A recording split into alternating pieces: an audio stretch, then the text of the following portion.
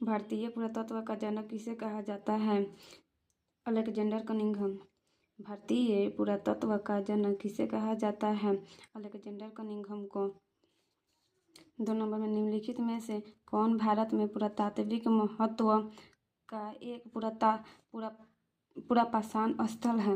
हुंसागी।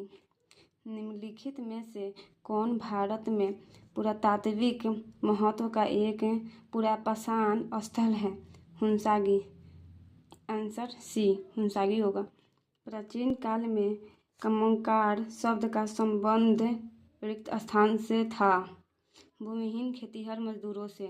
भूमिहीन खेतिहर मजदूरों। प्राचीन काल में कमंकार शब्द का संबंध रिक्त स्थान से था। भूमिहीन खेतिहर मजदूरों से। आंसर बी हो जाएगा। प्रश्न नंबर 4। लौह युग को यह नाम इसलिए दिया गया है। लौह युग को यह नाम इसलिए दिया गया है क्योंकि इस समय के दौरान मध्य पूर्व और दक्षिण पूर्वी यूरोप में औजारों एवं हथियारों में मुख्य रूप से डैश की जगह लोहे का इस्तेमाल होने लगा था। कांसे का। किसका इस्तेमाल होने लगा था? कांसे का इस्तेमाल होने लगा था। यह कांसे। इसका नंबर डी राइट नंबर है।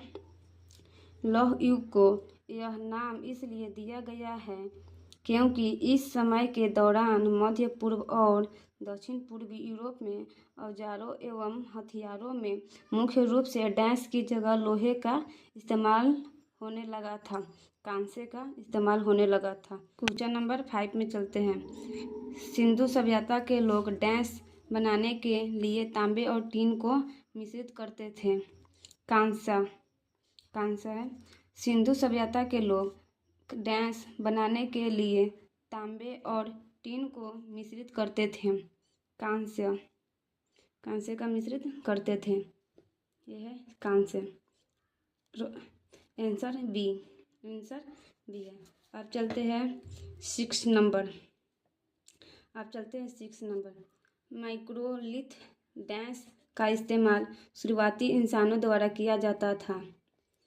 माइक्रोलिथ डैश का इस्तेमाल शुरुआती इंसानों द्वारा किया जाता था। छोटे पत्थर के औजारों।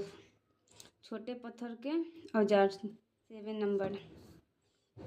मोहनजोदड़ो नाम का अर्थ डैश भाषा में मुद्रों का टीला है।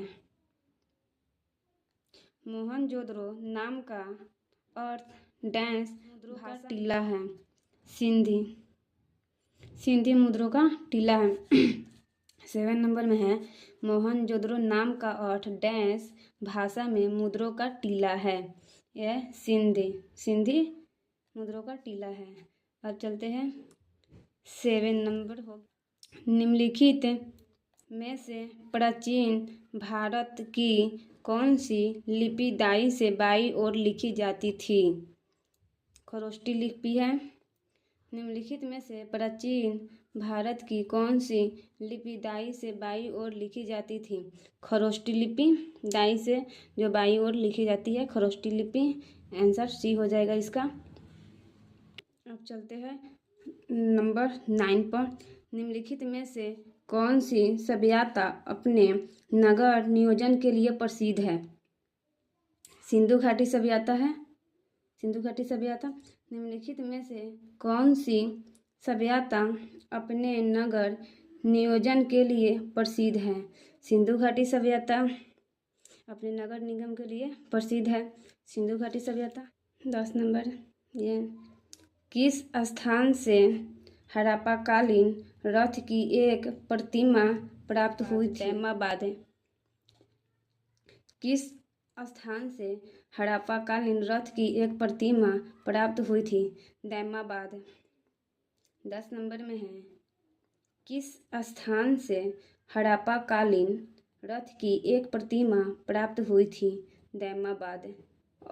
राइट आंसर सी हो जाएगा। दैमाबाद में इसके बारे में भी यहाँ पे व्याख्या किया गया है, जिक्र किया गया है। दैमाबाद महाराष्ट्र हड़प्पा सभ्यता का दक्षिणतम स्थल है। यहाँ से रथ की मूर्ति प्राप्त हुई थी।